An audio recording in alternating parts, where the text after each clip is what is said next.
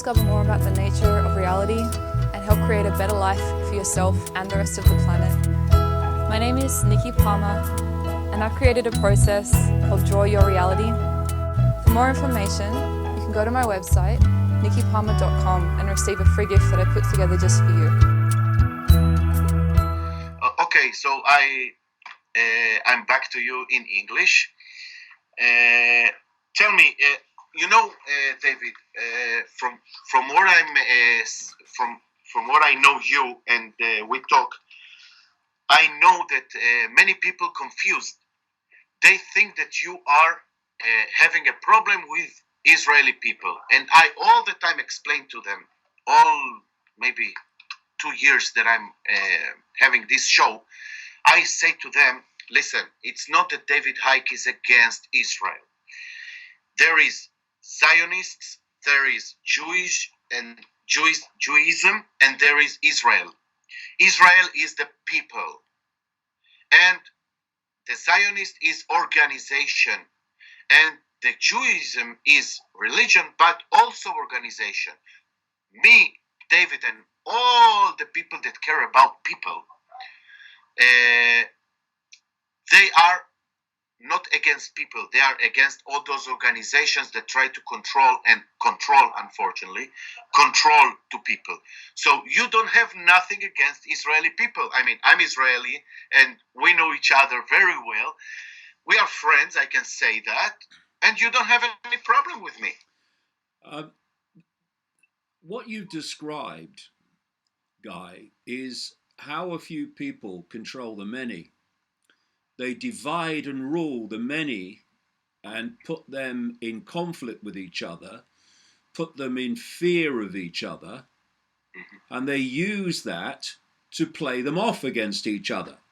So the mass of the people going under different labels, whether it's Jewish or Muslim or whatever, are played off against each other. So they are so busy in conflict with each other, being frightened of each other, and looking therefore to their leadership to protect them, that this situation allows a few people to control the many in every single country.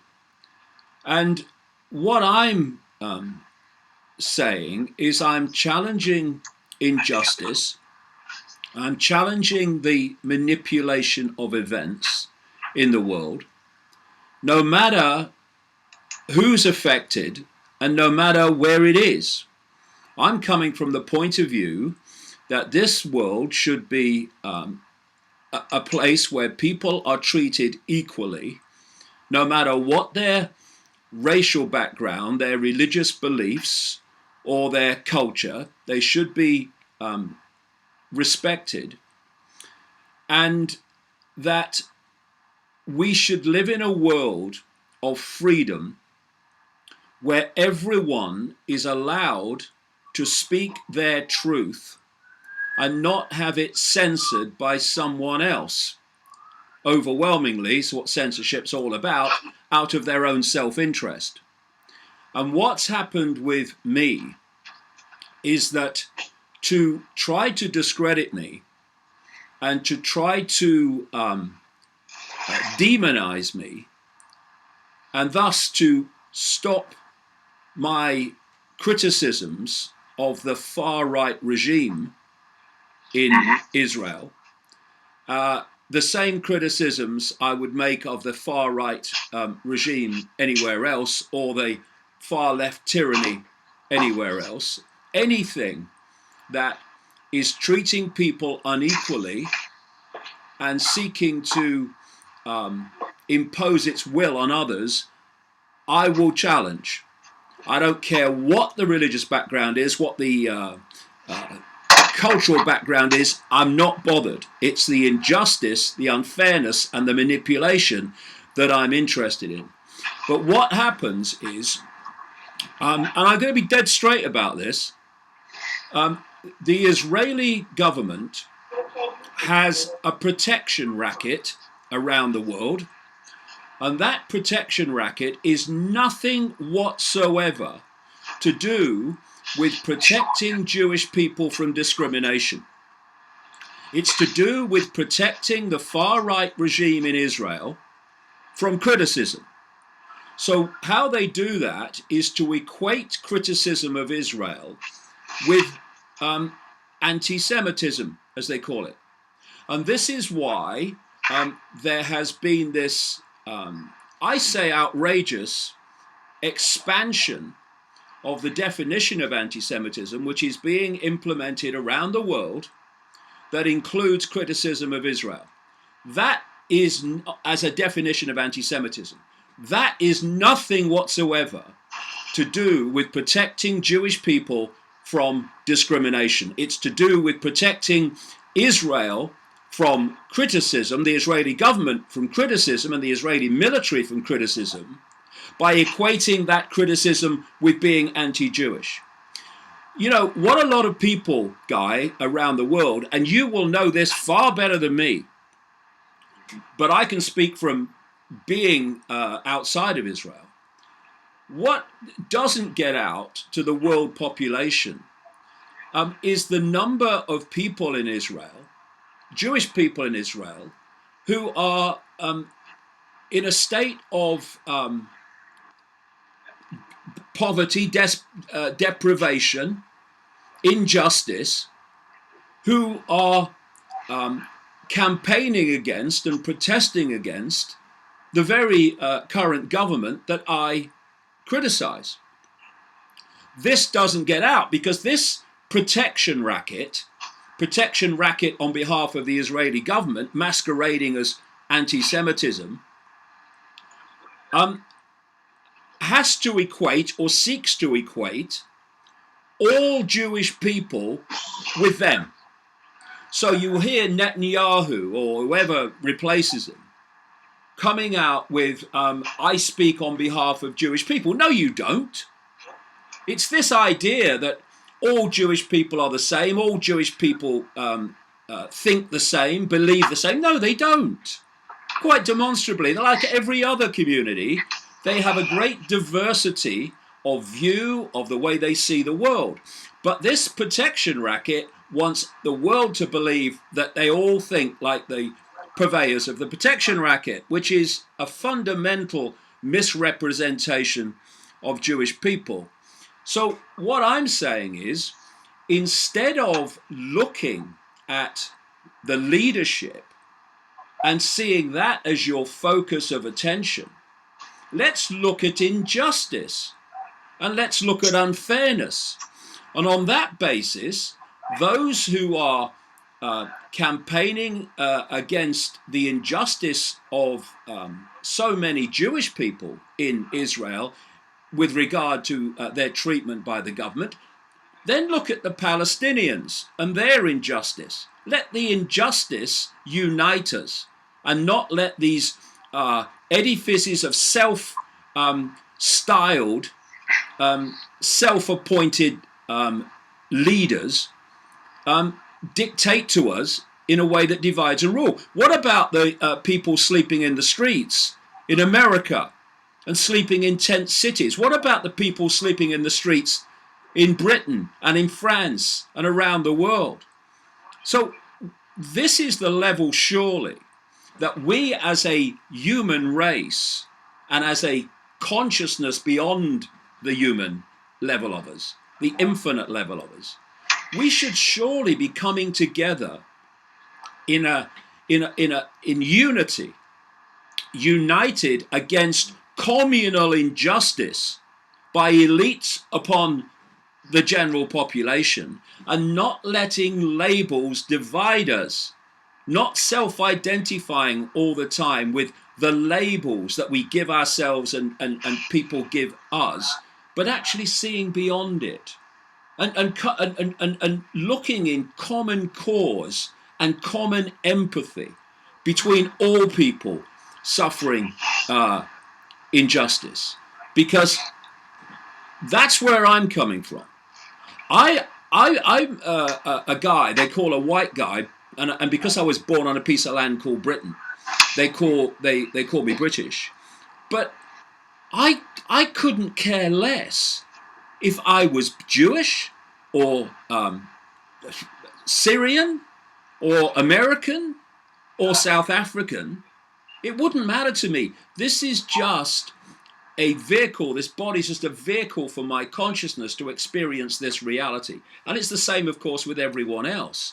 And once we get pulled into these labels, I am this, I am that, then you create an isolation of perception, which is then played off against other isolations of perception. So within Israel, for instance, as within every other country, you will have one income bracket played off against another income bracket, and the powerful income bracket imposing its will on the lower income bracket. This happens in every country, but we don't see this in terms of Israel, because all we hear to get for the world population to get a perception of Israel is the constant mantra of the leadership claiming to speak for everybody.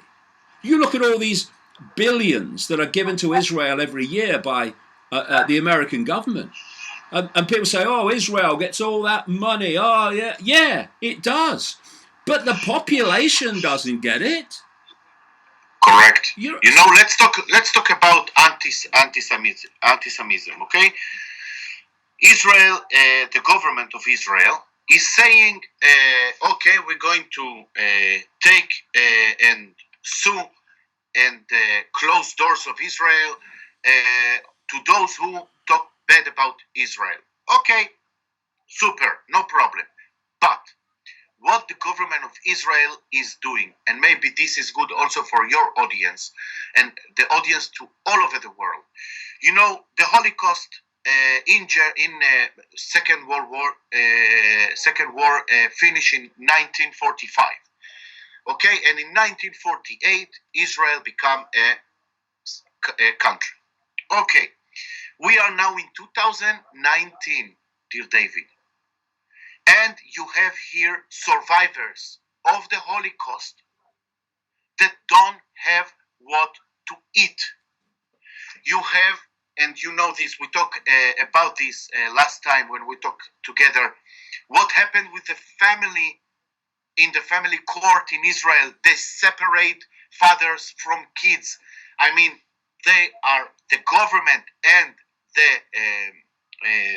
the judges, all the aspects of the family court and court, in general, the Supreme Court. They are breaking the Israelis. I mean, it's like the government, Israel himself, is against the Israelis, and we are shutting out, and we are doing protests, and they now erased all the people that have protest and say, oh, we have bad situation, please stop what you do. You understand? So Israel don't have right to talk about racism. Before 3 days, Israeli police shot an Israeli Ethiopian that he's black because he feel threat. What we have, what you described. I'm sorry that I was emotional, David. No, blimey! If anything deserves emotion, it's that. Yeah. What you've just described is how all elites operate. They create a situation where they control the country, they dictate events. Often they're dictating who is subject to law and who isn't. And the people that take the consequences of that are the general population, the largest number of people in a country. It happens everywhere. But what the protection racket wants to do is to paint a picture of Israel in which it is the permanent ongoing victim, and because it's a victim, it mustn't be criticized. And if anyone is behaving in a certain way and wants to stop criticism of it, then they can't be very confident that what they are doing will stand up to public scrutiny. What happens is, if you can win a debate, you have a debate. If you can't win a debate, and in terms of Israel, the Israeli government's treatment of Palestinians alone, it can't win the debate, then you shut it down. This is what's happening all over the world across many subjects, where you can't have an alternative opinion because either you are directly censored or you are subject to endless abuse for having a different opinion. Now, I am criticized for being an anti-Semite for doing nothing more than criticizing injustice. But what they do, this protection racket for the Israeli authorities and regime, is to equate that with anti-Semitism. Thus, you criticize any thing to do with Israel or anyone who happens to be Jewish, and immediately you're an anti-Semite, you must be silenced. As we sit here, Guy, there is an organization in Australia, it's called the Anti-Defamation Commission or something. Yeah. And it is approaching the Australian government and the immigration minister to have my visa removed, to stop me going on a series of talks in Australia in March. And be straight about this, the number of Jewish people in Australia is 0.4 of the population. That organization will not speak, although it claims to, for more than a fraction of that 0.4%. And yet, it believes that it has the right to stop the entirety of the Australian population from hearing what they choose to hear and then making up their minds as they choose to receive it. Ironically, I wasn't even intending to talk about Israel or any related subject to Israel on this Australian tour, but it doesn't matter to these groups. I get this all over the place. My son has tried now 70 venues for me to speak in Germany, but the same thing happens. These groups, this network of the protection racket, approach venues. They absolutely lie about what I'm going to say.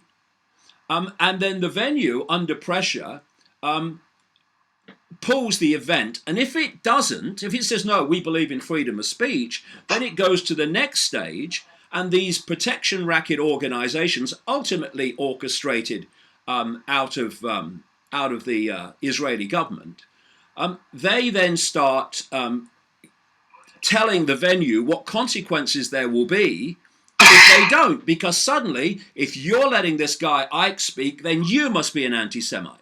And this is the racket that goes on all over the world. Now, this is why it's important that people in Israel know this, because people in general are not discerning enough. What they hear is this ultra-Zionist extremist group, or this one or that one, is trying to stop people speaking at a venue or something. And what they'll say is, in their mind, all Jewish people are like that. But they're not. What's happened, and this is the same in every country and every culture, you've got the people that dominate the microphones. The people that the self-styled we speak for the everyone, and they give a certain opinion, which is then related by large numbers of people to be the opinion of everyone in that country or everyone in that group or culture. So when people get angry about seeing these protection racket groups seeking to silence people and stop them having an ability to speak in public and for the population to decide if they want to hear it, what that's doing is creating anti-Jewish feeling because of this lack of discernment, of not realizing that these microphone voices, these shrill microphone voices, are not actually speaking on behalf of large numbers of Jewish people. It's the same with every aspect of society, where the microphones take on themselves, we're speaking for everybody, and people then think, well, everybody they claim to represent thinks like them, and they don't. And what we're seeing very clearly is this protection racket getting much more and more extreme, in the sense that this new definition that's being peddled around the world, and people intimidated often, like the British Labour Party recently, to accept it, that equates criticism of Israel with anti-Semitism, gives a series of examples of what anti-Semitism is. And when you go through them, they are all examples designed to stop criticism of the ultra-Zionist, as I call it, elite, and including the far-right government of Israel currently. So you have something like, in effect, these examples reach the point of definition where to criticize a Jewish person for anything is anti-Semitic, and therefore you must be stopped from doing it. This is a protection racket to stop any criticism. So when I talk about George Soros, the multi-billionaire financier in America, who was, of course, born in Hungary, and I talk about his open society foundations and how they're manipulating politics around the world with on the back of his donations that run to like $32 billion so far. You can buy an awful lot of manipulation with that. Instead of saying, well, hold on a minute, let's look at what Soros is doing, let's look at what this open society network is doing, and let's see if it stands up. No. You don't want that debate, because if you had that debate, what Soros is doing would be exposed, and that's the last thing they want. So you say, you're only criticizing George Soros because he's Jewish. No, I'm criticizing George Soros because he's spending tens of billions of dollars manipulating events that should be democratically decided. That's why. I don't care if he's outer Mongolian. I care what he's doing, not what he is. You are so right. You are so right, because it's more than that, because George Soros make a foundation here in Israel called the New Foundation of Israel, and it's destroying, I can tell it loud, I say it all the time, George Soros, the foundation of George Soros in Israel is destroying Israel. In the court of family, they are making judges, they are making lawyers, they are making everything to tear Israel apart. Well, and I say it as an Israeli, David, an Israeli. Like I say, I'm not interested in someone's background, where they were born, what their religion is. I'm interested in what they do. And this outrageously expanded, someone's got to say it, definition of anti-Semitism is designed to stop exposure and criticism of behavior they do not want exposed. I mean, are we really saying, Guy, that no Jewish people or no supporter of Zionism ever does anything deserving of criticism? Of course, that it would be crazy to say that, because you show me any race, any culture, any religious belief, any group of that kind, anywhere in the world, and within that group, I'll show you lovely people, I'll show you genuine people, compassionate people, I'll show you okay people, and I'll show you psychopaths and manipulators in every group. So therefore, once you start equating a form of racism, or in this case what's called anti-Semitism, with criticism of someone, on the basis of what they're doing, you equate that with racism. What you're saying is that you cannot criticize anyone who's Jewish because no one who's Jewish is capable of deserving criticism, which is again ludicrous. Why should Jewish people be any different from any other culture? Nice people, genuine people, lovely people, okay people, psychopaths and manipulators. Of course, they're found in every walk of life. But this definition of anti-Semitism is designed specifically to stop criticism of Jewish people. But, hold on, not the Jewish people in Israel who are protesting about their injustice and their economic challenges. Not them. That's what this definition of anti-Semitism and this protection racket network is all about. Not protecting criticism of them. It's protecting criticism of the multi-billionaire political, financial elite that deserve scrutiny. It's to stop criticism and scrutiny of them.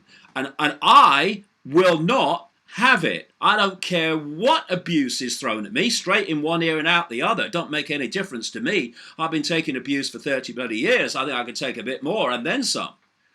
Because someone has to say this.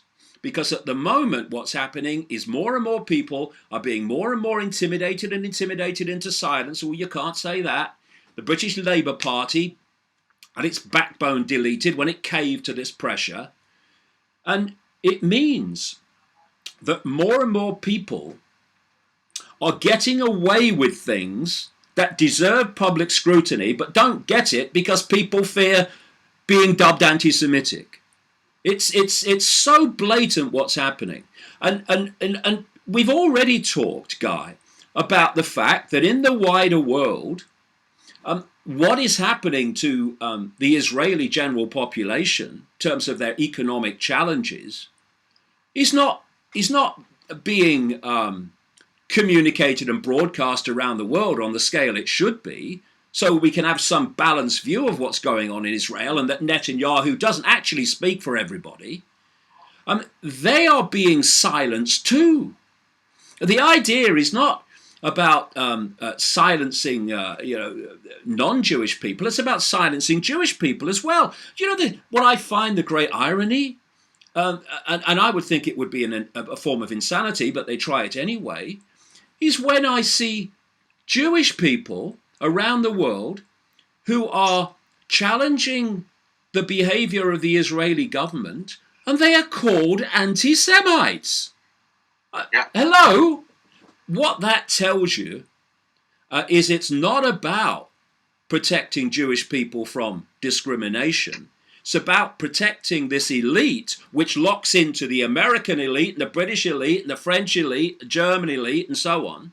It's protecting this elite from exposure, not only by non-Jewish people, but exposure and challenge by Jewish people. And this is why I say to Israelis, please put the labels down, right? I would be quite happy to be Jewish, me. I would be quite happy to have been born in Tel Aviv or Jerusalem. It's just a body. It's just a way of experiencing this world. It's just another set of labels to me, another set of experiences.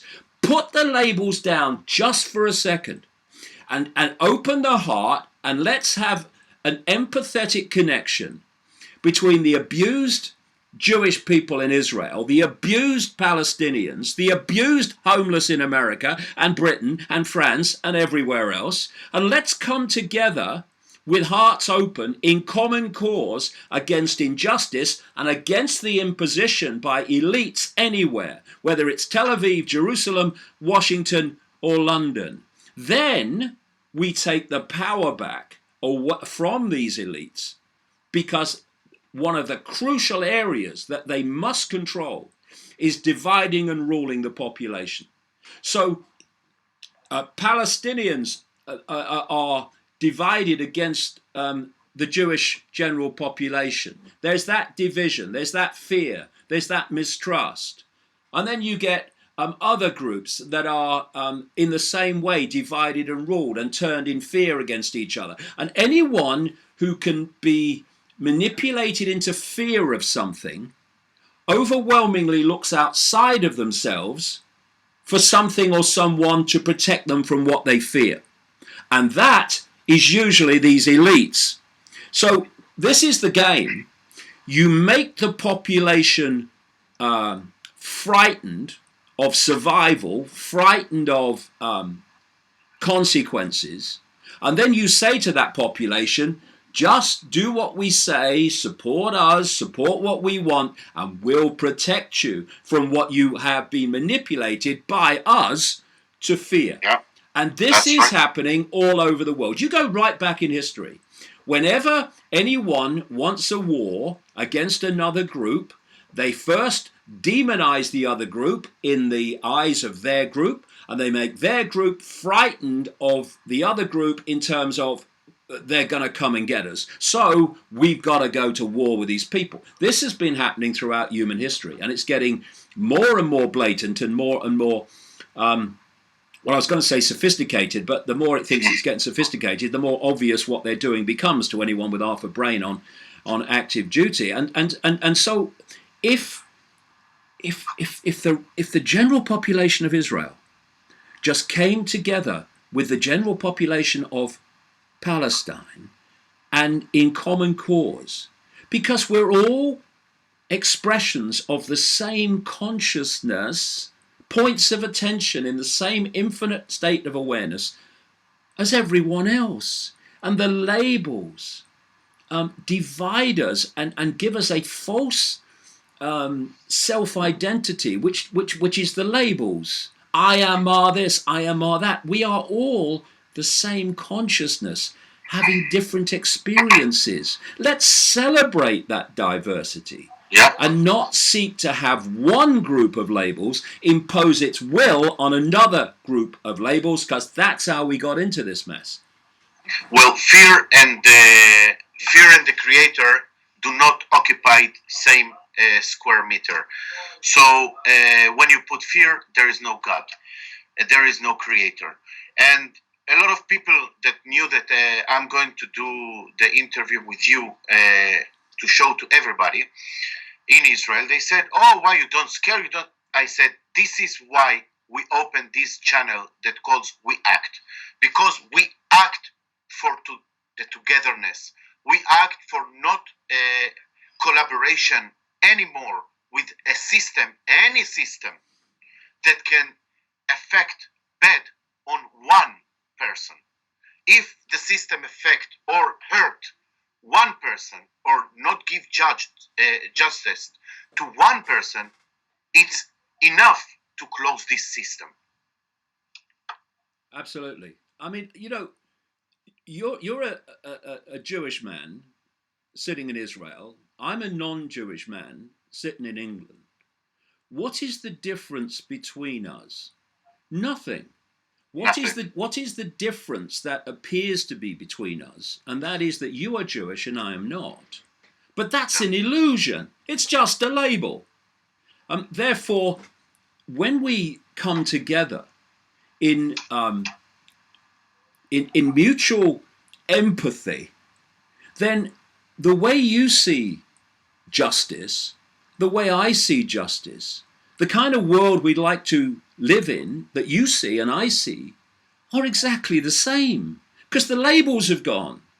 We're not talking to each other, are we? That you are Jewish and I am not. We're talking as two expressions of consciousness having an interaction with the labels put aside. And thus, when they've gone, all the divisions and the fault lines between us have gone. And a lot of respect. If only people could see it. Yes, respect. So, what people want and demand for themselves must surely be what they demand for everyone else. Otherwise, why would you demand something better for you than someone else? So, if Israelis, and they have every right to, and so they should, demand freedom of expression, freedom of opportunity, then why should that be denied another group of people just because they have a different label? Why should everyone be treated the same? Why shouldn't the violent aspect of the Palestinian community be treated the same as the violent aspect of the Israeli community?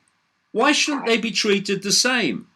Why should someone be a terrorist for throwing stones and not be a terrorist for dropping state-of-the-art weapons on a civilian population in Gaza?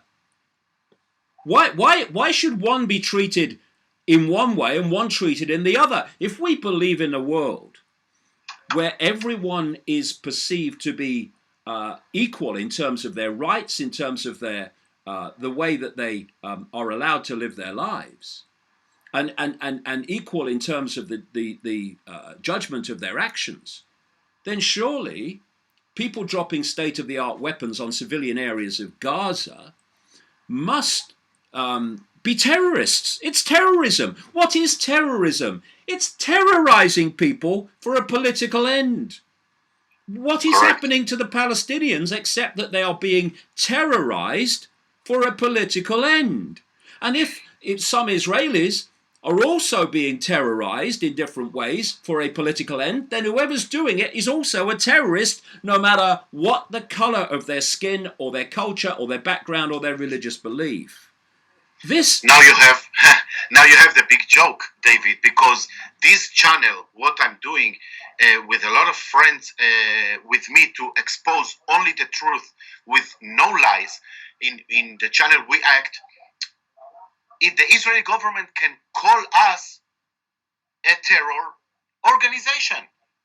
We, as Jewish, because we are saying things not so popular for the government or the system that treat people like slaves and like not human beings. I'm sorry to say that, but yes, I want all over the world know that Israeli people, normal Israeli people, don't have problems with Palestinians.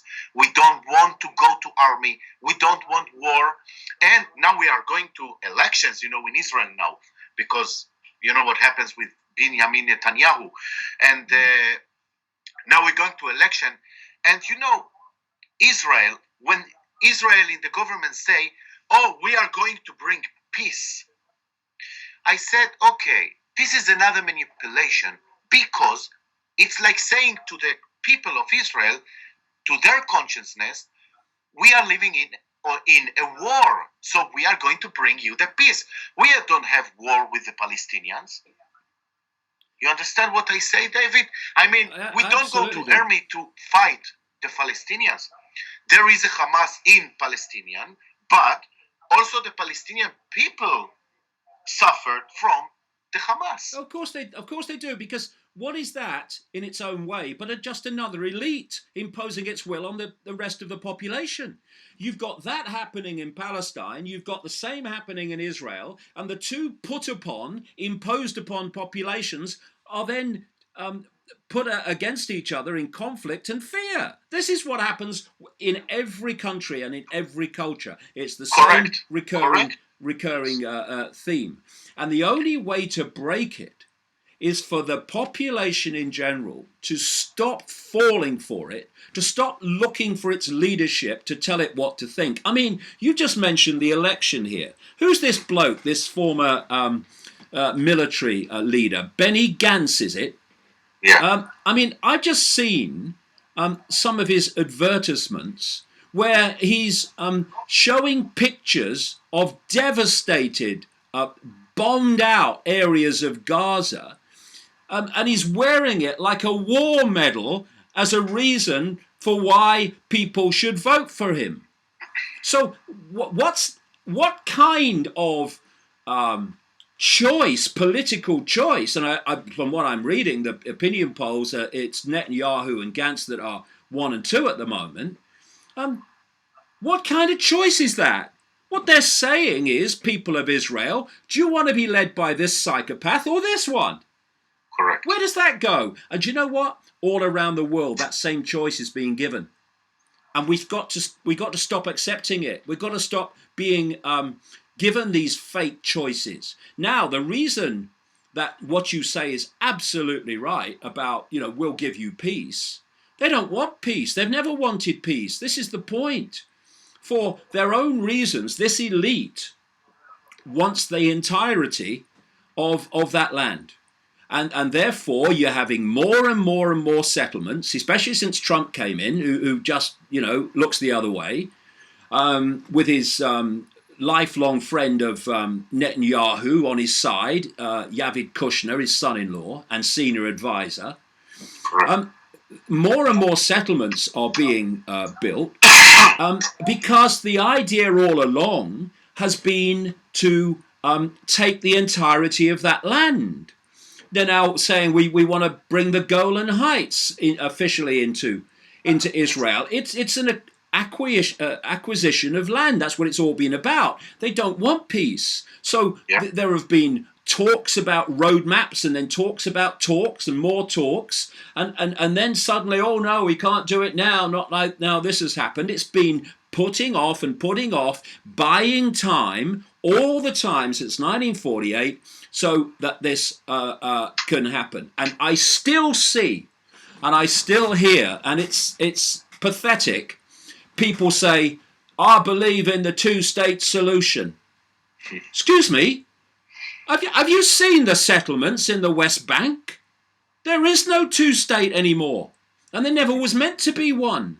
That's why they're now starting to talk about a one-state solution, which is what was planned all along, and that's why this national state law is being introduced for a Jewish-dominated state, which for me is apartheid. That's my view, and it's because they never wanted peace. And if you don't want peace because you have a political agenda of there not being, you have to keep your population constantly in fear of the population you don't want peace with. And that's what's been happening decade after decade after decade. And when Israelis get wise to this, and I'm sure you're not the only one who has, then we can start seeing a situation where the abused, manipulated, and oppressed masses of Palestinians come together in common cause with the abused and oppressed masses in Israel and start to break this manipulated conflict, this manipulated division.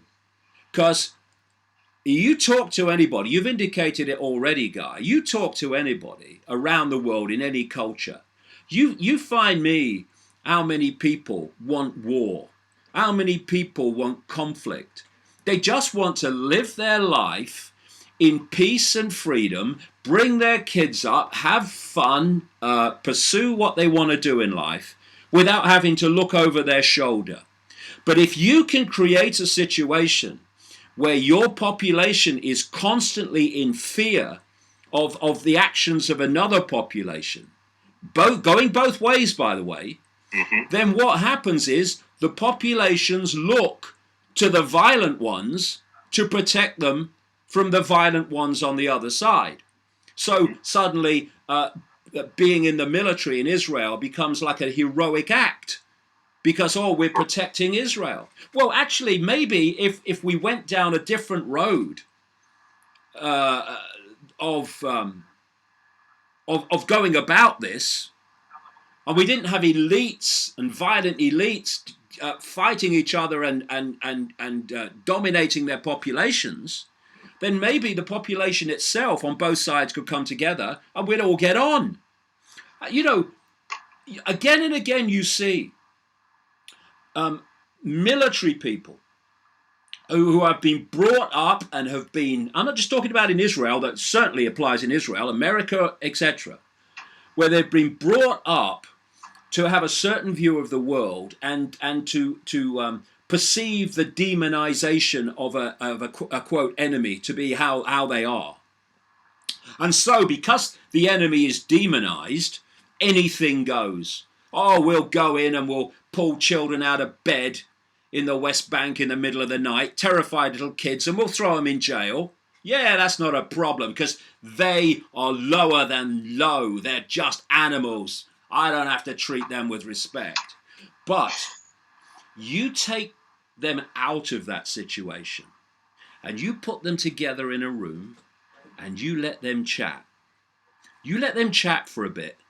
You let them talk about their aspirations, about what they want to do with their life, their aspirations for their children. And then, you get an Israeli soldier talking about what he wants to do in his life and the aspirations he has for his kids, talking to a Palestinian parent, talking about what he wants to do with his life and the aspirations he has for his kids, right? You let that go on for a while, and then you tell the Israeli soldier that he's got to act violently towards that person. And he won't. Well, unless he's a psychopath, he won't. Because suddenly, common humanity has actually fused them together in mutual understanding. And thus, the soldier's view of what he's doing suddenly changes, because what he has been demonized to believe in, and what has been demonized, has now been seen in a different light. And of course, what we've seen with Breaking the Silence and these fantastic former ADF Jewish soldiers, and these fantastic young Jewish young people who refuse to join the military because they won't be part of that occupying force and that violence.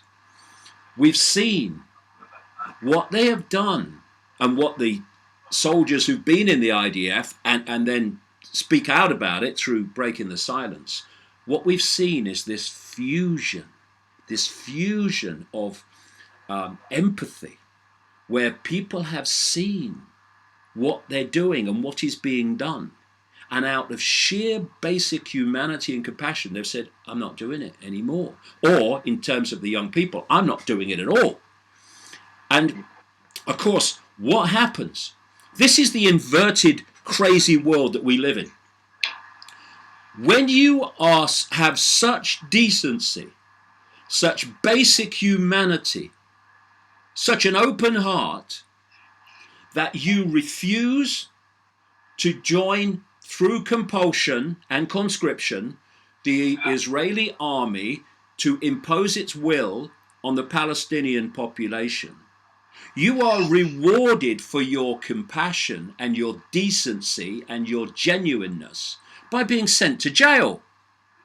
But if you say, yes, sir, I will get in my plane and I will pepper bomb civilian cities and areas of Gaza, or yes, sir, I will go and pull kids out of their bed in the middle of the night in the West Bank and throw them in jail, terrified, wetting themselves out of fear, then you are a hero. And this is the manifestation of a deeply inverted society, where compassion goes to jail and psychopathy gets a medal. This is the world that we've allowed to be created. And I say to the population of Israel and of England and of America and of South Africa and of Australia and of Russia and of everywhere else, we're all in the same boat, ladies, gentlemen, and children. We have been manipulated to fear each other by elites that benefit from us fearing each other. I watched, Guy, documentaries and films made by independent filmmakers in Israel, Jewish filmmakers, where they've talked to young people, and the young people in Israel have said, well, we know the rest of the world hates us. I got some news for you. We don't. We don't. I mean, of course you're going to have one or two, again, psychopathic idiots who are so obsessed with their own label that they don't like another label simply for the fact that it's a label. Oh, I don't like Jewish people. Well, why? Why don't you like Jewish people? There are a massive spectrum of view of opinion. What do you mean you don't like Jewish people? Any dismissal of one group is just insane. But what has happened is that so many young people growing up and then going into the military have been programmed, perceptually programmed, to believe the rest of the world hates them. We don't. We don't. I don't care if you're Jewish, like I said, or outer Mongolian. It's all the same to me. I'm interested in what you do, not what your background is and where you were, conceived. It doesn't matter to me.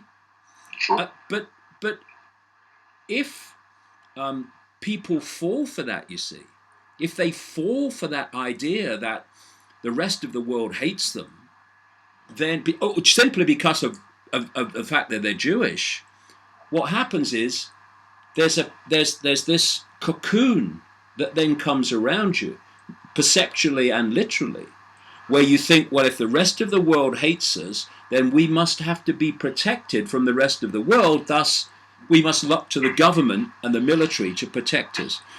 And that's the scam that's not just being played in Israel since 1948. It's being played in every other country, not least in America. Of course. When I was 18, I was forced, like every 18 people, if you are woman or man, to go to army for 3 years, men's, and girls for 2 years. If you ask me today, after all I know, the truth I know about the system and what is the manipulation, I never go to this army or any army. Because when I understand that we have to fight for Hamas, against the Hamas, that doing the life difficult also for the Palestinians, and do bombardings here in Israel, and who pay them to those Hamas? Israel government. Israel is paying money to these organizations, terror organizations so-called, to terrorize the Palestinians and the Israelis. So this is why we are forced to defend our families here in Israel. Yeah, well, the thing is, Guy, and I might be going to be controversial on both sides here. I do hope so. I don't care. I'm interested in the truth, not a statue. Of course. But if you want people to be in fear of your target, then you need to make sure that that target appears to be something you should be fearful of. So you benefit from having a, quote, monster that you can use to frighten your own population into acquiescence to your power. Now, if you look back through history, this is a constant trick that's been played by culture after culture after culture, generation after generation. You create a monster, and if it doesn't naturally exist, which it usually doesn't, then you'll invent it, to frighten the population into doing what you want, because you have to do what the government wants because they're going to protect you from the monster. So these monsters are created all the time so that people can be frightened of them. And Hamas is another one.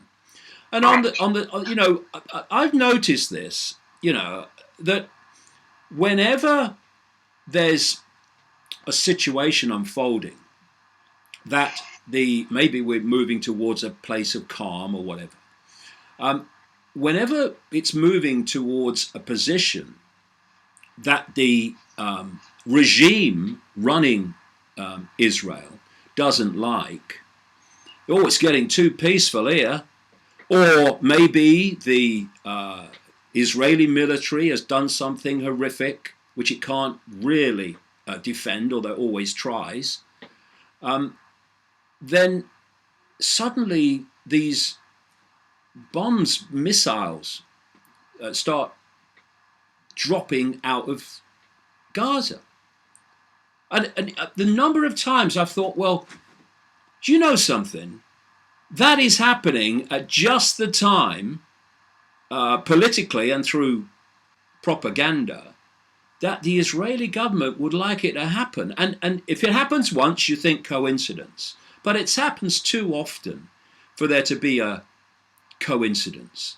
And what I think would be a great way of solving this is to take the Israeli elite that wants constant fear and constant conflict, take the Hamas elite and connected elites who also want this conflict to continue, put them in a room, lock the frickin' door, and let the general population then come together rather, and get on with reaching a resolution.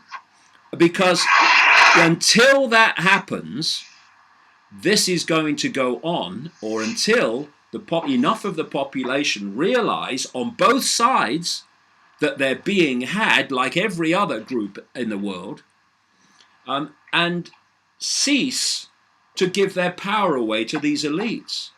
What's the point? I mean, people are actually going to vote in this upcoming Israeli election.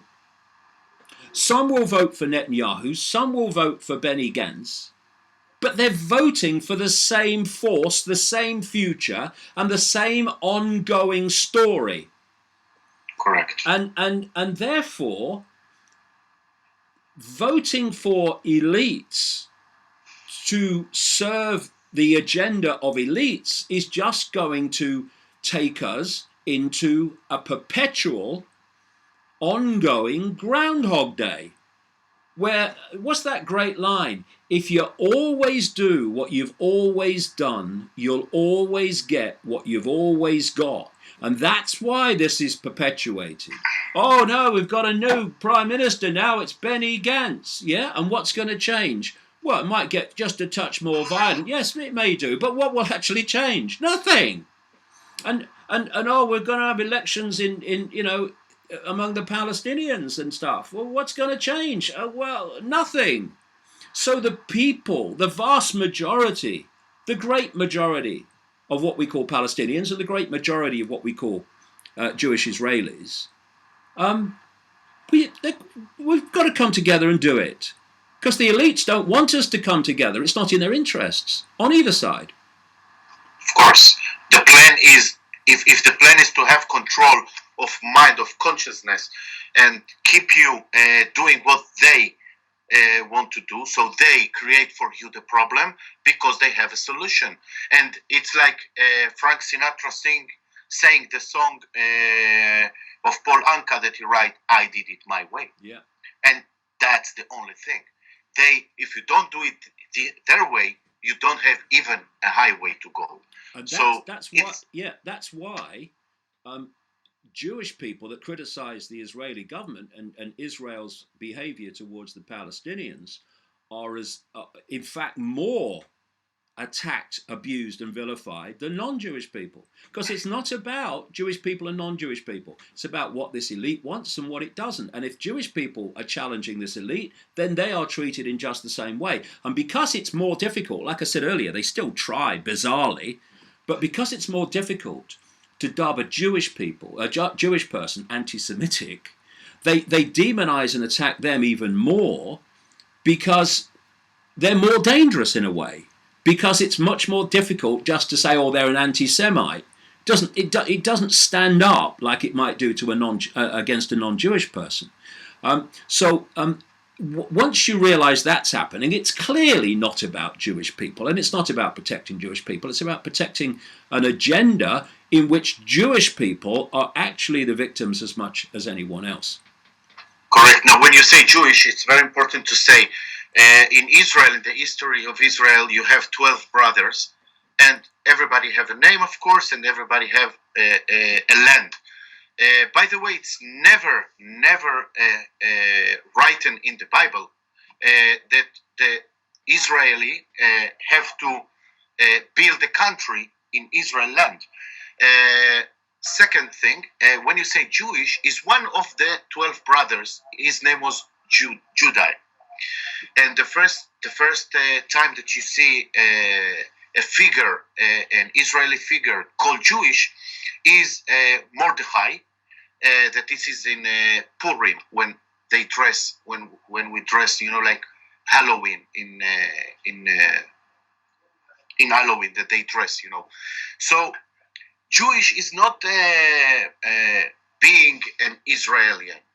No, Jewish is only one of the brothers.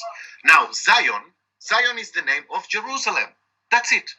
So if you have Zionism or Judaism, it only can be agenda today. Israeli is the people, and the people of Israel and the people of Palestinian and the people of England and all over the world, they suffered equally. Exactly. The people. Exactly. When I say Jewish Israelis, I'm doing it for a simple reason: to equate people who are not Arab Israelis. Because that again, there you've got the division between Arab Israelis and non-Arab Israelis, if you want, like that. But you bring up a very, very good point, is that these labels like Jewish and Zionism and all these things, and all these histories, well, I mean, how many histories of any group, any background, any country are actually 100% correct? And how many times have those histories been changed to suit the elite and the authority of the time when it suited them to make that change? So, we need to question everything and see if it stands up, including versions of history. But again, you make a very good point. Why don't we talk about Israelis? And whether you are an Arab Israeli or what, just for want of a term, a Jewish Israeli, you're Israelis. I mean, there's an arena in which people can come together. Oh yes, you follow this religion, you follow that religion, but we're one group, we're one family, we're one country. But what the elite is doing is seeking to stop that coming together by creating this Jewish dominated state as they've pushed through, and again, it's a way of dividing, and again, it's a very simple thing. If you impose injustice on people and you will do nothing to stop that injustice, then the receiver of the injustice has a choice. They can accept the injustice ongoing, as if that's how it's always going to be, or they can take what they perceive to be the only other thing that they can do to try to stop the injustice, and that's to turn to violence. So it's all right saying, condemn violence. I condemn violence. All violence is nonsensical and ridiculous. But if we're interested in peace, then surely there has to be some self-examination over why the violence is happening. Would the same, this is a question, would the same violence be happening if the purveyors of the violence were in a situation where everyone was treated the same? Because what you're doing then is you're taking away the impetus of the violence, which is perceived injustice. And absolutely, for sure, the violence wouldn't disappear altogether, because there will always be psychopaths on both sides. Of course. It would dramatically reduce it, because basically, if you've got a fire, right, and it's burning out of control, and you want to stop that, what do? Do you pour water on it, or do you pour petrol on it? And what this perpetuation of injustice is doing, it builds up resentment, and resentment turns often to violence. But because you're pouring petrol on it. And this is the worst thing, and this is a very important point I would like to get across here. It applies absolutely to Israel, but it applies around the world to everyone else as well. And that is that the worst situation you can create is when someone, individually or in terms of the Palestinians collectively, reach a point where they say, we've got nothing left to lose. What's the worst that can happen if we do A, B, or C? Well, how is that worse than what's happening now? Once you reach that point of, I've got nothing to lose, that's when things start to get really out of hand, because any limit on what you would do has gone, because that limit might be, well, what about the consequences for me of doing it? Well, if the consequences are no worse than what's happening already, those consequences no longer are a limiting factor in your decision making. And if people don't have a situation where they can see any hope of justice and fairness, then they're gonna, not everybody by any means, but some are gonna react against that in the only other way they can think of, which is violence. And if there is a situation involving two sides, then it involves two sides. And it's no good people standing up in the Israeli government or anywhere else and saying it's all the Palestinians' fault, Palestinian violence.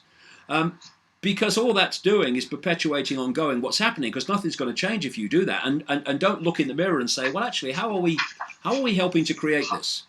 And we've got an Israeli ambassador in London called Mark Regev, and I watched during one of the bombardments of Gaza. I think it was 2014. Mark Regev, every night, and he's still doing it over here in London. He knows no other way. He was Netanyahu's spokesman. Crikey, what a nightmare job. Trying to make sense of him. Yeah. But although they probably think very much alike. And Regev every night on British television was justifying the pepper bombing of civilian areas in Gaza on the basis of violence. And I mean, that takes something, doesn't it? We're trying to stop violence. Yeah, okay, so how are you doing it? Well, we're pepper bombing civilian areas. And the situation will never change while we have that mentality. It simply won't. And this elite doesn't want it to. So the people on both sides, the populations of both sides, need to do it, and bypass these people as best we can. That's correct. When the system is that you live in a darkness and you feel like you have around you snakes and all those bugs that you don't want them to touch you, the only thing that lasts for you to do is just to switch the light on, and all of them are going to disappear. This is something that people don't understand, and they keep on trying to survive this darkness room. And when you feel that you are closed and everything is closing you and you cannot move and you have to work so hard to pay a mortgage or to pay rent or to pay, for food, I mean, natural food, why a country, a government, or anyone can have a permission to own or to divide the nature? I mean, who give them the right to fly with airplanes all over the sky and spread chemtrails without telling the people that owns, the nature, own the nature?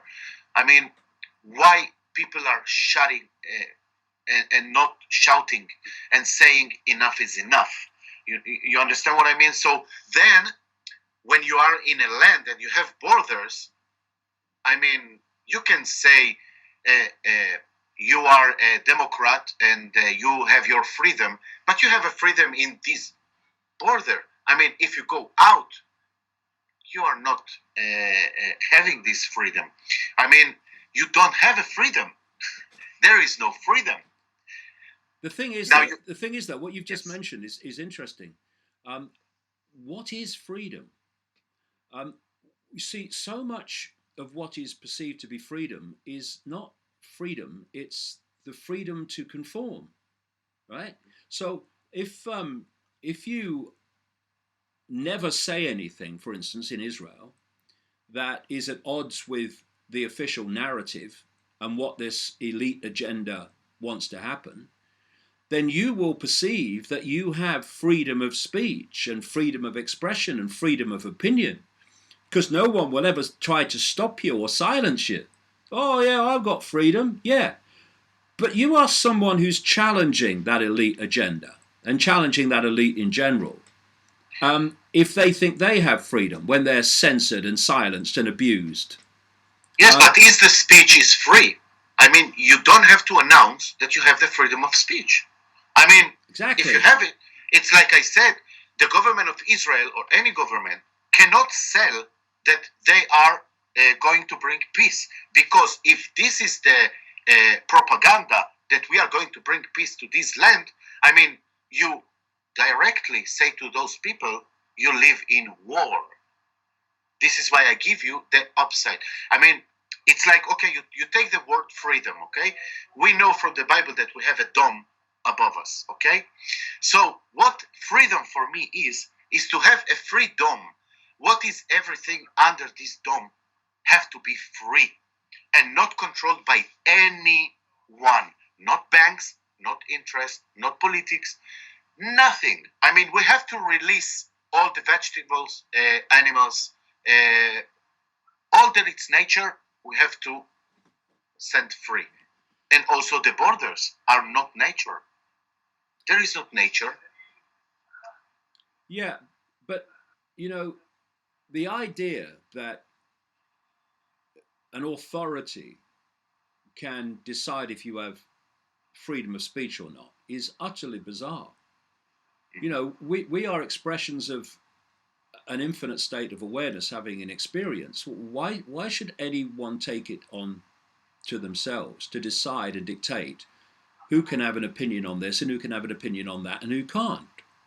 See, my philosophy is that people must be allowed, if we are going to talk about freedom, to have any opinion that they like and to say whatever they like. Now, if people say, oh, well, what about,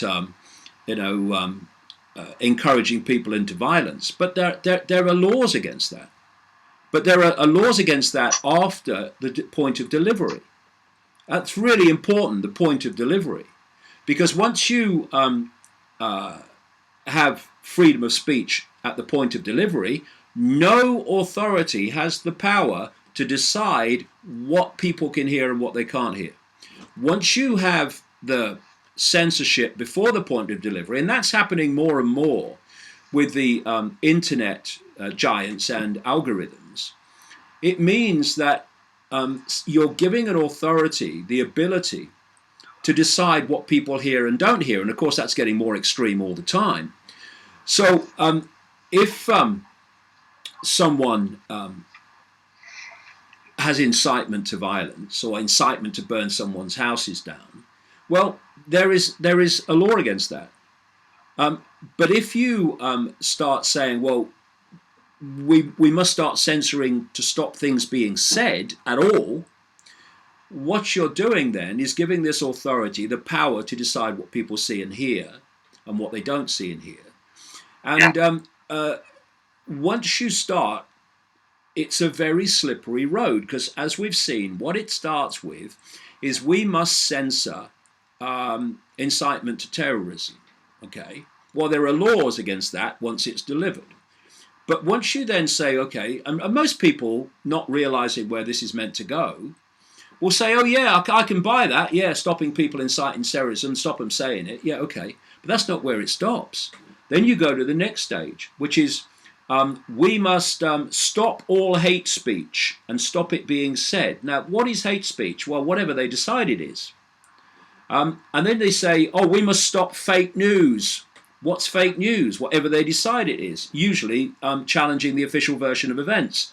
And so you're going down this road, or you must not say this about transgender people. You must not say this about mass immigration. You must not say... And so what you've got is this road where more and more views and information are being censored before the point of delivery. And you're heading towards a situation which is what was planned from the start, where eventually only what the authorities want people to see and hear will they ever see and hear. Everything else will be censored. And this protection racket that I talked about earlier to stop criticism of Israel by using the excuse of anti-Semitism when it's not, is part of creating this situation where people only see and hear what the authorities want us to see and hear. And we should never forget that our freedom of speech is everyone else's freedom of speech. Because if everyone doesn't have freedom of speech, no one has it. Because what's left is not freedom of speech, but freedom to conform within the confines dictated by the state. And that's why we must not be intimidated into censoring ourselves. That's the worst kind of censorship, self-censorship. That's what the intimidation's all about. So they don't have to censor it. People don't say it anymore because they fear the consequences. That's the most insidious and most destructive of censorship. We must not fall for that. But the most important thing is that we realize that we're all in this together. And it might be worth, Guy, just very quickly describing the structure within which all this is going on. Because we talked about, Israel, quite right too, in in this interview. But Israel is a part of a whole, and understanding the whole is to understand, as with every other country, what's going on in Israel. There is a global network. On one level, it's a mass of interconnecting secret societies, but this is basically how it works. You have a spider's web. You can visualize a spider's web. In the center, you have the spider. That's deep in the shadows, and that's where it's basically coming out of. Immediately around the spider, you've got strands in the web that are symbolic of the most secretive and exclusive secret societies, and they're the ones that really know what this web is trying to achieve. You come further out from the spider and you meet, still in the hidden, secret societies that we've heard of, the Freemasons, and I'm talking about the inner sanctum of these organizations, the Knights Templar, the Knights of Malta, the Opus Dei, and etc., the inner core of the Jesuit order, and so on. And the inner core of Ultra-Zionism, by the way, which is a secret society if you go deep enough into it. And we should talk about Zionism in a second, and what it really is. And then you come further out of the web, and then you hit a point where the hidden meets the seen. And in the scene, you've got government agencies, governments themselves, you've got the mainstream media, you've got the global banking system, you've got the global corporations and so on, who appear to be making random decisions about the world, the military too. But the society-changing decisions that appear to be so random, that are pushing the world in a certain direction, incessantly, no matter what political party's in power, are not random decisions. They're coming from this spider, and it's playing out through this web. And it's basically structured, this web, like a transnational corporation. If you think of McDonald's, if you have to, the headquarters is in America. So that's the center of the McDonald's web, if you like. That's where the spider is. Yeah. But all over the world, in every country, you've got a McDonald's network within that country. And if you go into a McDonald's in South Africa or Russia or Australia or Europe, you're basically going into the same McDonald's, because the way they operate, their corporate way of operating, is in line with that dictated from the headquarters. And this web works the same way. In every country, Israel absolutely among them, you have a network of secret societies and elite groupings, which together make one elite. And their role is to run their country in line with the dictators of the spider. And therefore, when I travel around the world, as I do all the time, I see the same things being introduced in different countries and different cultures, often using the same excuses to bring in the same laws and the same changes in society. So it becomes a global phenomenon, because it's being centrally dictated. And so in each country, you've got this elite which dictates to the population of that country everywhere. What they then do is play their population off against other populations, but in all these different elites eventually fuse into one global elite. And I'll tell you something else, and we can come back to this definition of anti-Semitism. This is another scam that's going on with it. Mm-hmm. What they are saying is that if you talk about a global cabal manipulating global events, that is what they call, you hear it more and more, an anti-Semitic trope.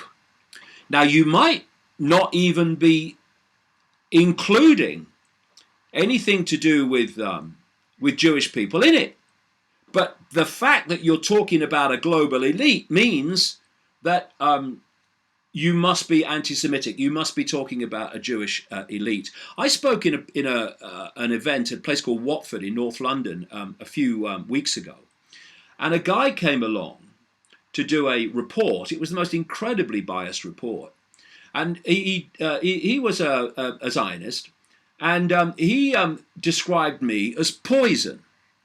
2 sentences, it could have been 1, I think it was 2, after he called me poison, he said, David Icke does not, in this talk, or any other, by the way, basically hurl abuse and condemn Jewish people. So, hold on a minute. So why am I poison? Because he's talking about a global cabal manipulating global events, and that's an anti-Semitic trope. He must be talking about Jewish people, right? This is what happens. So what you've got now, Guy, is not just a protection racket to stop criticism of the ultra-Zionist elite. You've got a protection racket to stop anyone talking about any global network manipulating global events. And it's all being coldly, systematically done. And again, when people see that, they get frustrated, they get angry, they get resentful, and they blame all Jewish people, many of them, for what a handful are actually doing. And that's why the mass of of Jewish people, Israeli people, have got to get a grip and call out this elite and its effort to censor criticism of Israel in its various means, and exposure of this global cabal. Why would you, rhetorical question, but I'll ask it anyway, why would you, as a Zionist elite, want to use the label of anti-Semitism to stop someone talking about a global cabal manipulating global events, even if they're not blaming Jewish people for it? I went, how does that work? What that says to me is there is an agenda here to stop exposure of this global cabal that goes way beyond what they're claiming, which is protecting Jewish people from discrimination. Because, why? the elite that control Israel lock into the elite that controls Britain, that controls America, that controls all these different countries. They are masks on the same face.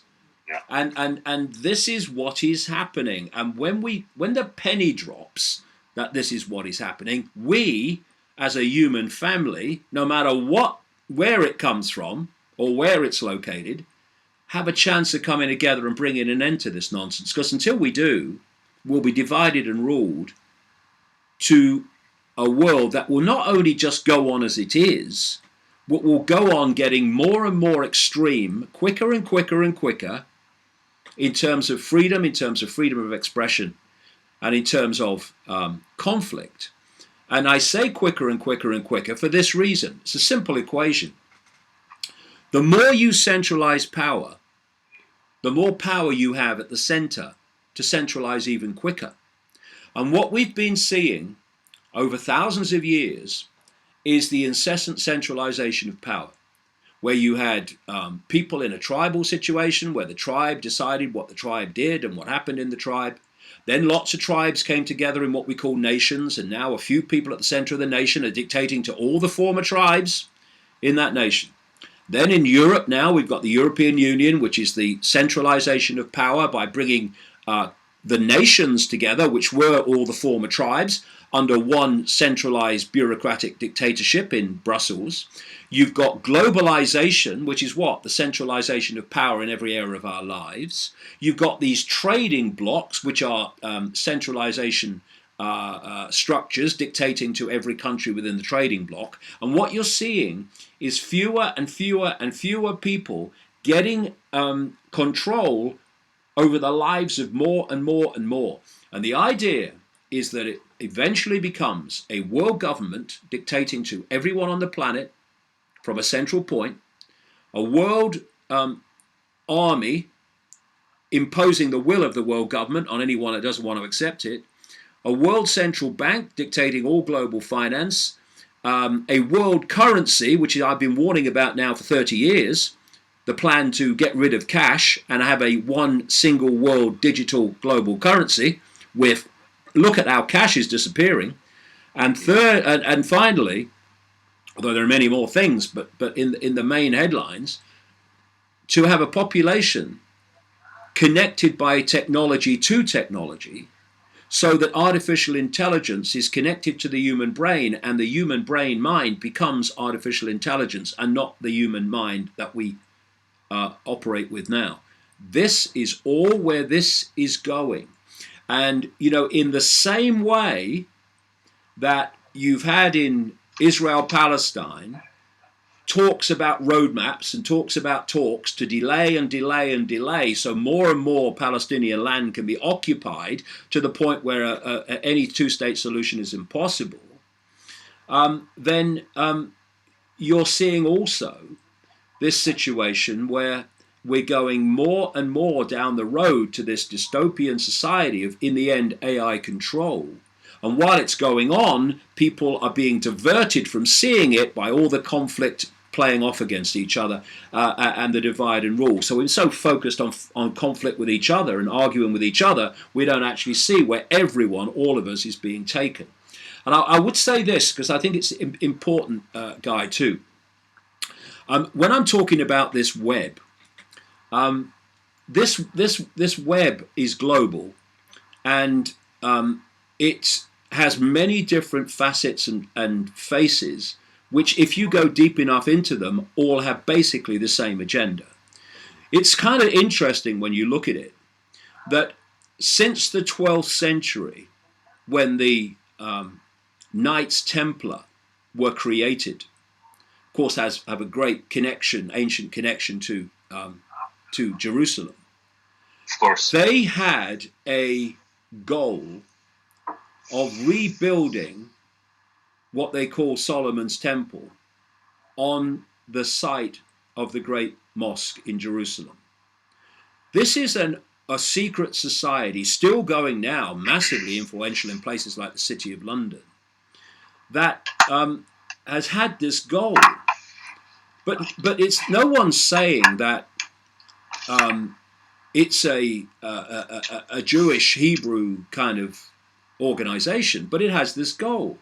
And then along comes Zionism, which starts to have the same goal, a much more modern phenomenon, has the same goal as well.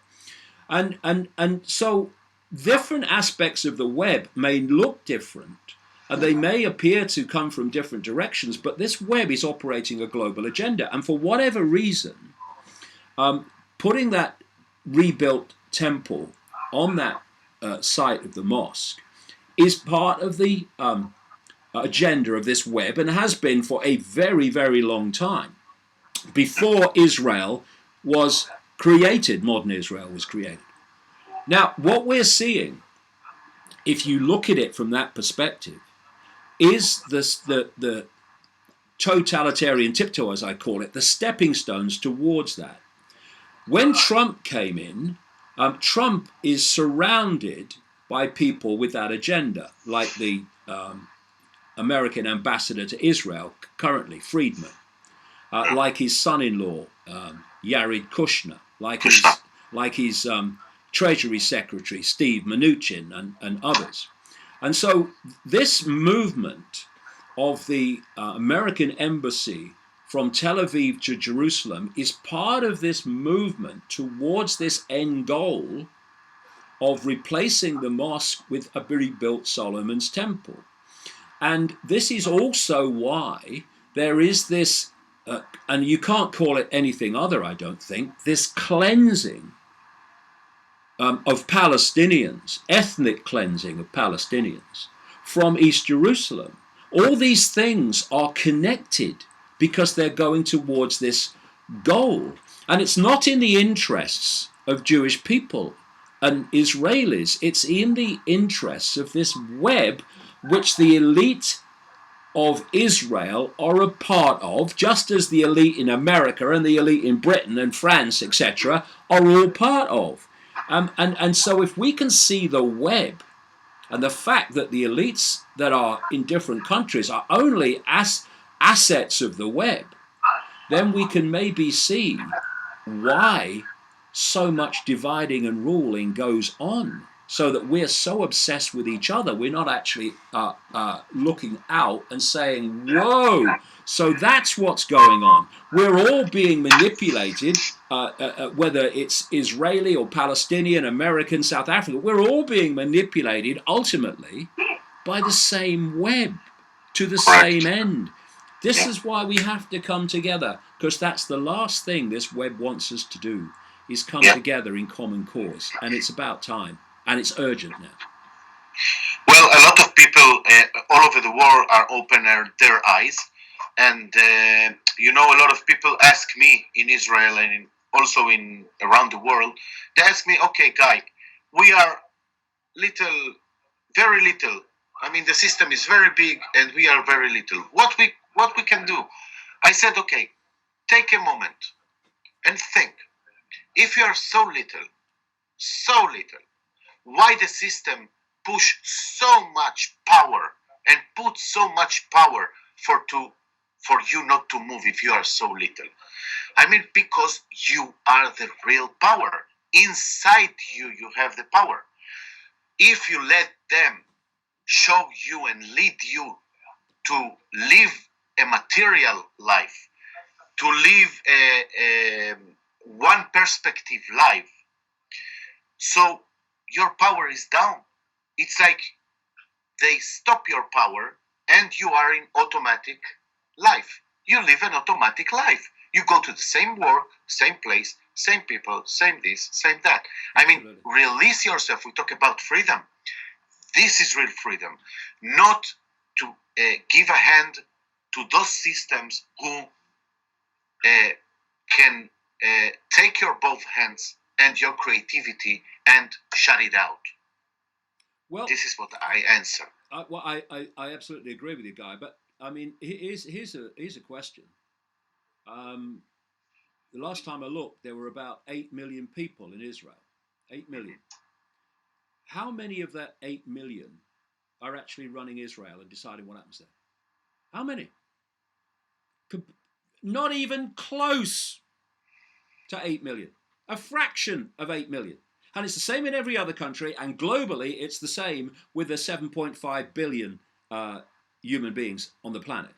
A tiny, tiny number within Israelis' 8 million are dictating the lives of those 8 million. Now, if Netanyahu or Benny Gantz, when he's not making his videos glorifying dead people, if one of them came out of the Prime Minister's office or the Parliament building and said, right, we've had a discussion, we've had a meeting, and this is what's going to happen. What if vast numbers or a high ratio of that 8 million people said, we're not doing it. We're not doing that. We're not going to cooperate with that. Where is their power? No They power. have none. Their power, whether it's the Israeli elite or the American elite or the British elite, their power is in the acquiescence of the public to their decisions and to their will. It's got to stop. If people want to bring in laws that are fair and just across the whole population, where it's not about enslavement and it's not about oppression, maybe it's about, protection or whatever, then, okay, yeah, all right, yes, I see that, and it applies to everybody, and the, it's not any position of will, it's just, say, laws that protect freedom, that say, no, you can't stop people speaking at meetings. They have to be allowed to speak at meetings. You can't just shut them down because you don't like what they're going to say. Those kind of laws, yeah, okay, fair enough. But if though they come out of that building and say, we've had a meeting and we're going to increase the enslavement and oppression and the financial consequences for Israelis, and if enough of them say, we're not doing it, we're not cooperating with it, well, where's the power? They have no power. Their power is in the acquiescence of the population. That's why they have to divide and rule the population, so the population doesn't come together in unity and say, we are not having it in unity. Because at that point, this elite, which compared with the target populations are tiny, loses its power and its ability to impose its will. So coming together is not just coming together in peace and harmony and mutual respect. It's actually taking the power away from these elites around the world that that can then use that power to impose its will upon the population. You take that out. Everything comes from that. Everything comes from ceasing to cooperate with our own enslavement, because that's essential for the few to control the many. Yeah, that's true. I said all the time, before you defend some system, check if they are going to defend you also. I mean, if it's not double way and it's not an equal interaction, and you all the time give and give and give to the system, and the system like put you down and don't see you as something transparent, I mean, why you keep on going there? I mean, for what? You see it's not working, it's ruining your life, it's ruining your kids, it's ruining your family, it's ruining your natural way to eat nature. So why you keep on going there? Why you keep on going to banks? Why you go to work? Work don't release you. Work don't give you more money. It never gives you more money. Creativity gives you weight of living altogether. Well, I mean, for a start, where does all this money that comes out of America into Israel, where does it go? It don't go to the people. Not to us, not to Israeli people. No, it doesn't. And again, what kind of elite condemns people criticizing what it's doing as anti-Semites and constantly exploits, because it does, what happened in Nazi Germany to get its end, its political end today, that same elite that does that, and I think that's contemptuous of those Jewish people in Nazi Germany, by the way, exploiting them for political ends now. Absolutely disgusting. But that same elite, as you have told me, leaves people who suffered in Nazi Germany in poverty. You were telling me that some of them, even their teeth are falling out through lack of nutrition. What the hell is that all about? And it really is time for the people of the world who are being oppressed and imposed upon by this elite in all its forms, not just the Israeli elite, all its forms, to come together and say, we're not having it anymore. No more. Because if we don't, if we go on having it and accepting it while complaining about it, but still cooperating with it, then it will just go on. And like I say, it won't just go on. It will get more and more extreme because that's where it's meant to go. Come on, people. Come on, people of Israel. I mean, I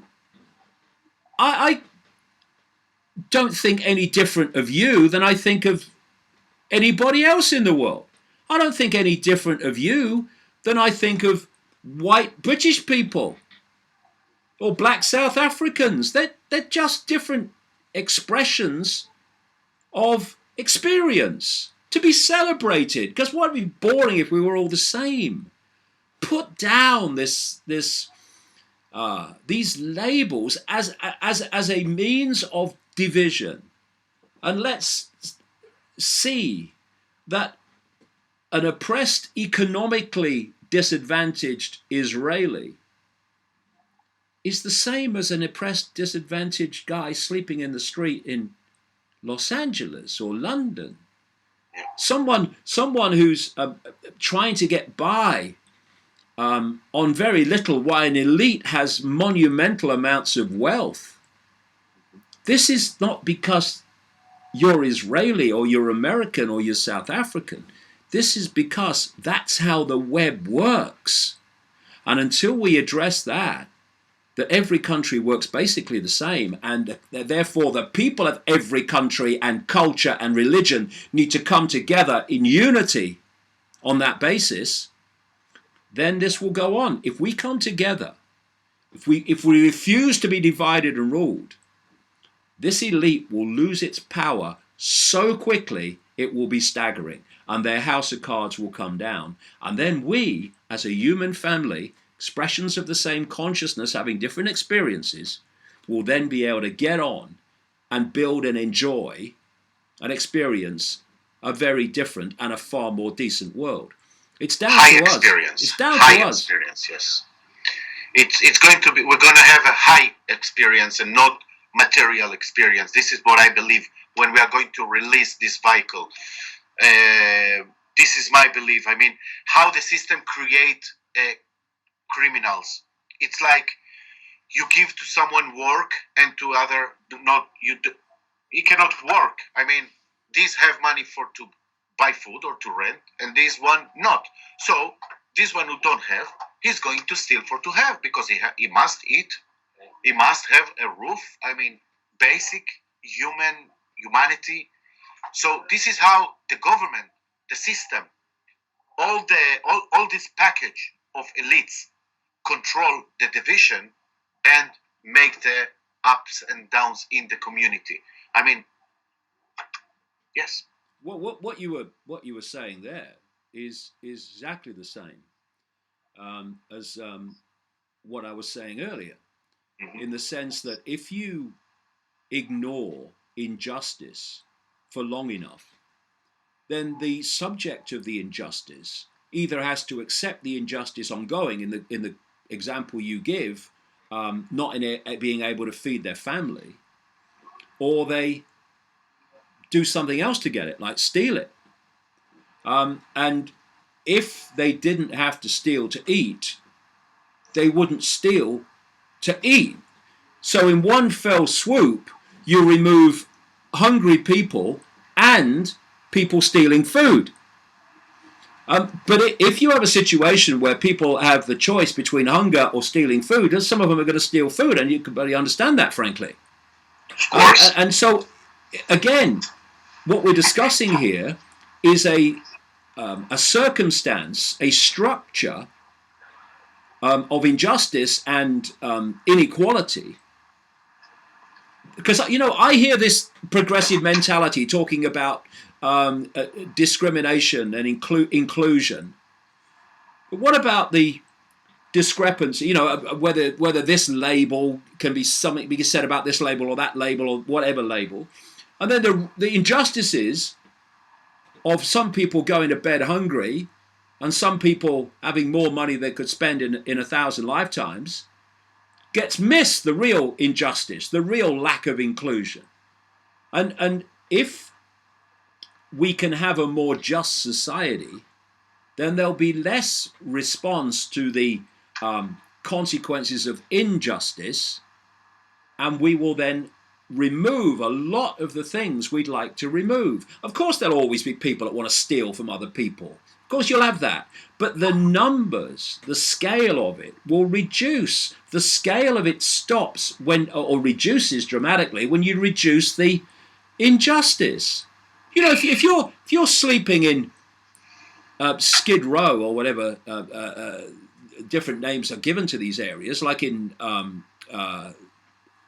Los Angeles and other places, and you have no money, you have no hope, and you've got an empty belly, I mean, what are you going to do? Just stay hungry and eventually just wither away, or are you going to do something to try to get something to eat? You take away the injustice, you take away what comes from that injustice. This is why these deep divisions in society, where, we're now heading towards the point, literally towards the point, where a handful of people in the world, a handful, own more wealth than the poorest half of the global population. Now, that is insane.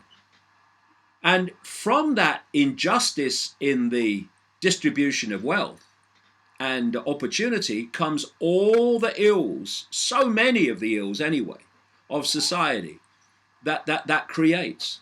And the idea is that centralization of wealth goes on and on and on, and the wealth is pulled more and more out of the population into the hands of this few, this elite. Because today, because of the way that the world is structured and society is structured, money equals choice. The more money you have, the more choice you have. And what is choice? It is the arbiter of freedom. Because the more choices you have, the freer you are. The less choices you have, the less free you are. And because money is the great dictator of how much choice you have, the ones that hoard the money have all the choice, and the population that doesn't have their choices dramatically limited, thus their freedom dramatically limited. And therefore, when you look at the money system, it's not just about greed. Of course, there's lots of greed in there, but ultimately, the bottom line of control of money by a very few people is control of choice, which means control of freedom. And the idea is it gets worse, not better. So it really is time that we put the labels down, we put the divisions down, and we started to realize we're all in this together. Israeli, Jewish, Australian, South African, South American, Central American, American, Canadian, whatever, Russian, Chinese, we are in this together, and we need to come together in mutual, in unity of purpose to bring an end to this elite controlled world that everyone takes the consequences for. That's right. Now, if we take this person that have to steal to eat, this is not the real crime. The real crime is the system that control the food and make you steal because you know you have to have food to eat. So this system create the crime. How much food gets thrown out in this world every day, which people who are hungry could be eating, but it's Yes. thrown out because they want to keep the price up and not devalue the food price by distributing it widely to people that currently can't afford it. The idea that anyone goes to bed hungry in this world is ridiculous compared with the food that's available. You look at the food that's thrown away, and I'll tell you one of the most horrific things, Guy, I've had it seen in my life. It was being in Ecuador many years ago now, and I was standing next to this massive rubbish heap, trash heap, enormous pile of rubbish. And twice a day, and I was there when it happened on one occasion, the vans would come from the Western hotels in Quito, and they would throw all the unused food from the hotels, where all the Western people and others, the elite stayed, onto this rubbish heap. And around the outside of the rubbish heap were little kind of put together huts. And suddenly, when the van arrived, where, I was standing there, you could see, it seemed empty. When the vans arrived, suddenly people appeared from all directions, out of these huts and from other directions. And they were scavenging for the food being thrown to them out of these vans from these Western hotels.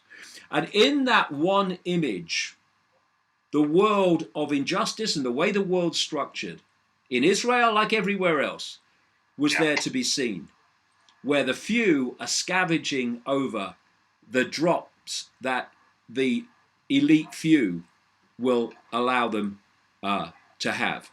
And if that food was distributed on the basis of hunger and need, and not on the basis of money, no one in Ecuador needed to be hungry.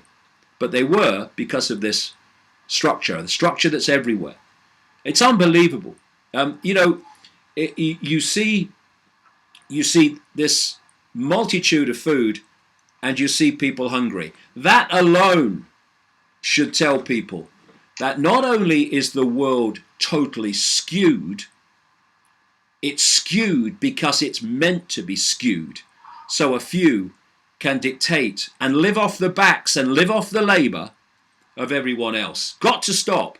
Now's the time to stop it before it gets to its ultimate goal, which is not that far away if we go on sitting on our backsides and cooperating with our own enslavement any longer. That's right. This is why we do those shows, and I'm so happy that you agree and accept my invitation to have this show together to the Israeli people and to understand. Fantastic, mate. Been fantastic. I've loved it. And people of Israel understand that what a great soul and spirit and man are you, and we only want to release and to tell the people you're already free. Don't let them sell you that you're not free or you need freedom. You're already free. They just have to grasp it and live it, yes, and not accept anything other than that. And one final point, Guy, I just wanted to make, I didn't make it earlier. Please. When I talk about Zionism and ultra-Zionism, which are the real extremists, then I'm talking about a political philosophy. I'm talking about the way a political philosophy has been created and, again, hijacked. Someone that believes in Zionism, which they have every right to do, does not mean they're an ultra-Zionist extremist where there's no thought for anyone else except their own goals. There are people that believe in Zionism that also believe in some kind of justice for Palestinians. They're not mutually exclusive because Israel is where it is now. It's no good trying to roll it back and say, oh, we must go back to how, before the Israeli state was created. It exists. So there has to become harmony among everybody to live together in that area. The point is, the elite running Israel doesn't want that. And it uses, again, it equates Zionism and criticism of the extremes of Zionism with anti-Semitism. And they're not the same thing. This is why so many Jewish people around the world criticize Zionism or criticize the extremes of Zionism, because it's not anything to do with a label. It's to do with basic justice. And therefore, people should not fall for the hoax, the scam, that tries to paint me as an anti-Semite. I haven't got a racist cell in my body.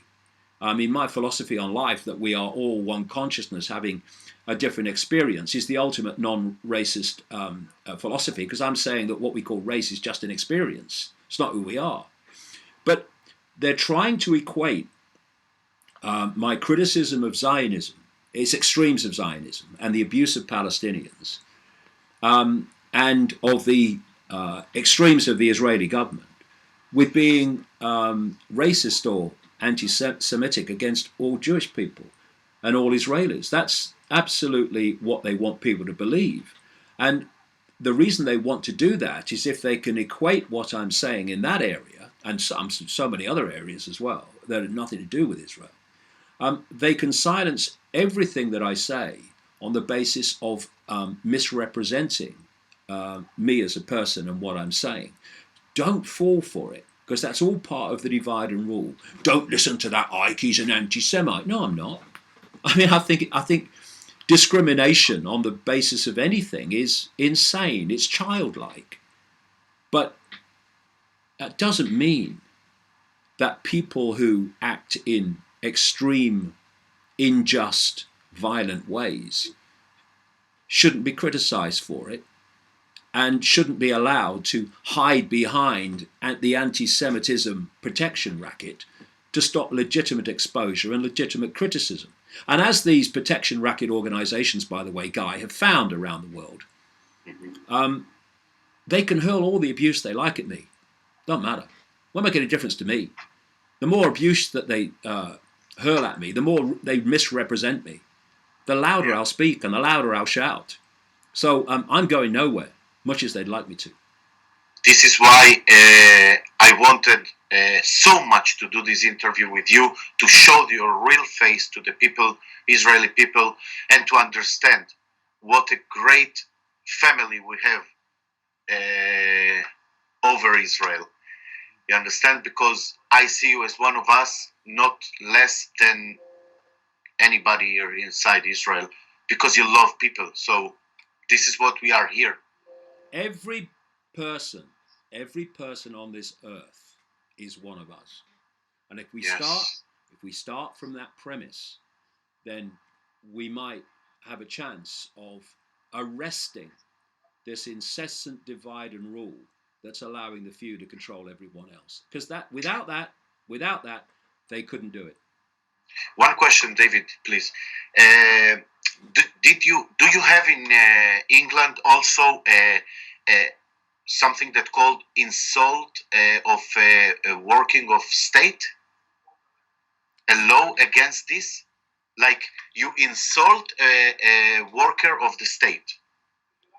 Well, it's kind of moving that way. I mean, we don't quite have that yet, but we do you know, the whole incessant, what I call totalitarian tiptoe, is getting more and more extreme.